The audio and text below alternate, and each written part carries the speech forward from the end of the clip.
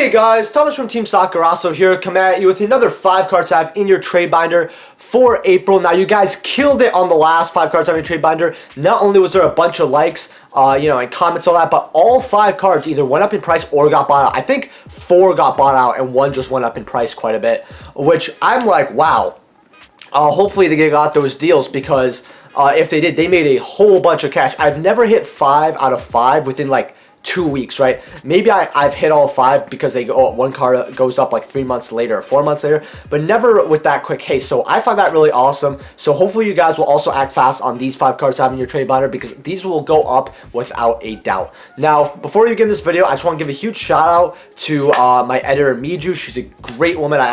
We've been friends for a while. She's actually making the thumbnails for 5 cards I have in your trade binder, as you see over here. So let me know in the comment section below what you guys think of that. Also, if you guys can leave a like and subscribe, that'd be great. I might do a third 5 cards every trade binder regardless, because if you guys don't know, and I don't want to get into depth with this, YouTube's having a problem with their like system, so it really does matter if you guys hit that like or not, because even if you do, YouTube might take that like away or it might not count for some odd reason. So hopefully you guys will do that. Also, if you're buying cards off TCG Player, like the 5 cards I'm mentioning here, please use my affiliate link down in the description. It helps out the channel to no additional cost to you. And that money is going to go towards the channel. Probably, most likely, our 1500 sub special or a Lightning Overdrive case for the channel, where I obviously always do a giveaway whenever I do case openings.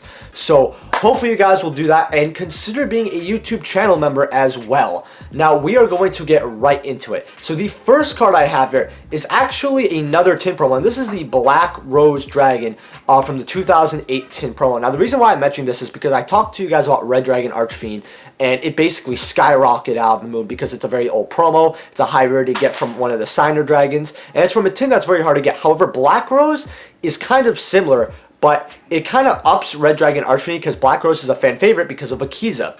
However, that's not the only issue. These 2008 tins that you can get Black Rose in are very hard to find sealed. The reason being is because that's the only way to get first edition Crossroads of Chaos packs. If you guys don't know, for Crossroads of Chaos, there's only unlimited boxes. There's no first edition boxes. And one of the only ways to get it is through this tin, right? So a lot of people have opened this up. So there are obviously a couple sealed tins, but they're not worth opening because they're worth so much money. So whatever Black Rose promos we really have right now that are in good condition is all we have. Right now, for light plays, they're starting at about 15, but near mints are starting at 17. Personally, if I were you guys, I would spend the extra $2, $3 just to get yourself a near mint copy. I think these can easily go to 30, 35, and these can easily go like Red Dragon Archfiend. People are already picking up tin promos, like how when Red Dragon Archfiend got bought out, about a week later, the 2008 Stardust Dragon tin promo actually got bought out as well. So I think people are really keeping their eyes out on these old Synchro promos, especially the Signer Dragons, and they're looking at Black Rose next. So with all that being said, I would grab your copies right away pretty immediately. I know $17 is quite a bit, but I think it's really worth it in the end. Now, the second card I have for your 5 cards out of your trade binder is actually Dark Bribe, and this is from the GX Tag Force 2 game. Now, first, before I even start this game was actually kind of good. Usually Yu-Gi-Oh games are really hit or miss. While I do love the old Yu-Gi-Oh, I will have to admit that a lot of the older Yu-Gi-Oh games really missed the mark. I think when 5Ds really came around, that's when we started getting really good Yu-Gi-Oh games. I have to admit that Yu-Gi-Oh games definitely scaled up, unlike the game. But yeah, my game opinion aside here, we all know what Dark Bribe does. You negate a Spell Trap card and your opponent draws 1 card, right? So it's a neg 1 for you, but if you want, you can interrupt something vital, like a Torrential Tribute that would nuke 4 of your monsters or something, right? This card saw a lot of play back in the day, but the reason why I'm telling you guys this is because while Dark Bribe has a ton of copies, it really doesn't have that many holographic printings, right? And this one is from the game, and we know how game promos go. If you guys have been watching this channel for a long time, or any market watches, or you're just familiar with the market, this could be your first video, and you could probably know this. But game promos tend to go quickly because not only is there not that many, but a lot of people who had these games, a lot of people who are younger, have damaged heavy play or at best mod play copies of this, right? So near mints and light plays are actually hard to get. Now, Dark Bribe for light plays start at 7 or 8, but near mints start at $14, and that's quite a big gap. So I'm telling you guys to get the light plays, because not only can you grab a playset in a place that's probably easier to move, either for older formats or people who just like the card like me, because I actually used this card back in 5D's era, and I really loved it. Same with the Bid and Zexal. I don't know why, I just really liked using the card, even though in retrospect right now it's really not that good. I would grab your copies. Now, the third card that I have for 5 cards in your trade binder is DD Assailing, and this is from the Destiny Board Travel promo. Now, before I begin, if you guys are wondering where this is from, it's from an old Game Boy game. I had this question like 2-3 times before, so I want to mention it's from a pretty old Game Boy game, and I have not really played it, so I can't really give my opinion on it. Usually in these 5 cards in your trade binder, if I played the game, which I actually really liked playing some of the old Yu-Gi-Oh games back in the day, I give my opinion on it. I just haven't played this one. But the reason I'm telling you guys to grab this is because we all know how DD Assailing is crazy for the secret rare from Retro Pack, right? They're like $400 plus $500. If you guys hear any background noise, I do apologize, by the way. However, I believe this is the second highest rarity to get because it's a game promo, it's a holographic, and it kind of trumps all the other rarities, in my opinion. Now, if you guys don't know where this is used, it's used in a bunch of older formats, not just GOAT. But the reason why I'm saying this is because for being the second best card to get, near mints are near mints are around $6 to $7. That to me is absolutely insane on how cheap it is. I believe that this card should be at least around $25. I would personally grab 3 copies. Or if you really think that this is a great pick like me, you can even pick up more. I really do think this is a card that's going to skyrocket up in price eventually, especially for good quality quantities, because anyone can get a damaged game promo. It's not difficult. But to get an actual good condition, it's fantastic. Along with, if this card skyrockets and you have 3, this could be a potential, might be cheap, but a potential PSA candidate, because I think this is a card that might be worth PSAing. I think a lot of cards below 50 should be a lot more, just like this one, so get your copies while you can.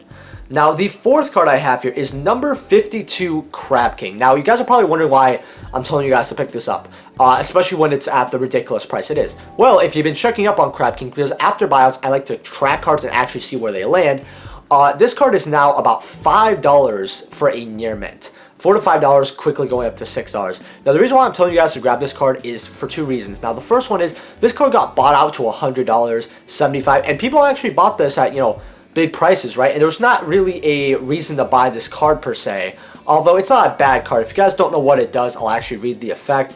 It cannot be destroyed by battle except for number monsters, which most likely just can't be destroyed by battle. You can detach a material from this card. You can decrease this card's defense by that amount, and if you do, this card gains attack equal to the same amount, and you inflict piercing damage to your opponent.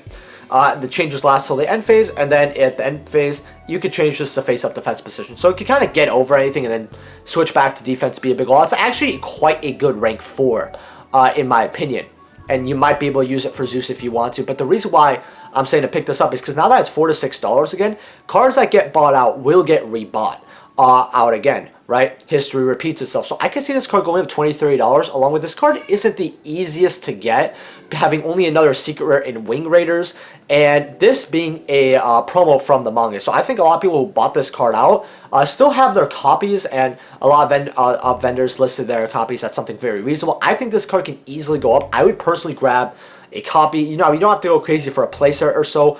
And I do think you're going to be holding on to this card for a while. It's not going to go up right away. But I will grab a copy or 2. I think that would be pretty best. Now, the last card I have here, and a lot of people are about to boo me here, is from Ghost of the Literal Trash, right? Now, I'm not going to say Ghost from the Trash. That joke's very overrated, even though I find it absolutely hilarious. But, man, this set belongs in the dumpster. But the last card is from this set, and this is Emergency Teleport Ultra from Ghost of the Past. Now, you guys are probably wondering, so why should I pick this up? Now, this was a $2 card, and now it's risen up to $3 at the time of this recording. I think it might even go up to $4.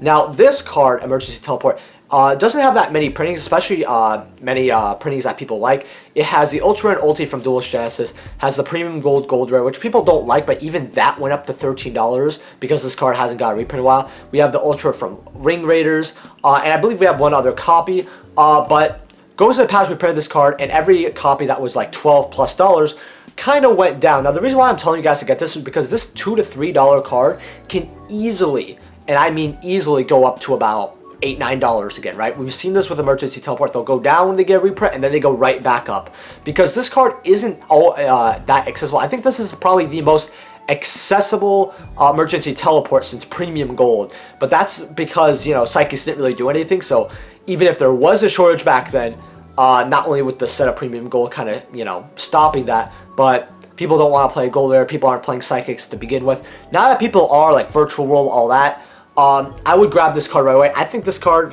could go from $3 to $8 to $10 easily. Personally, I would grab quite a bit. I wouldn't go for a playset personally. I'd probably maybe go for 6. I know a lot of people are like questioning me like, why would you go for 6 copies?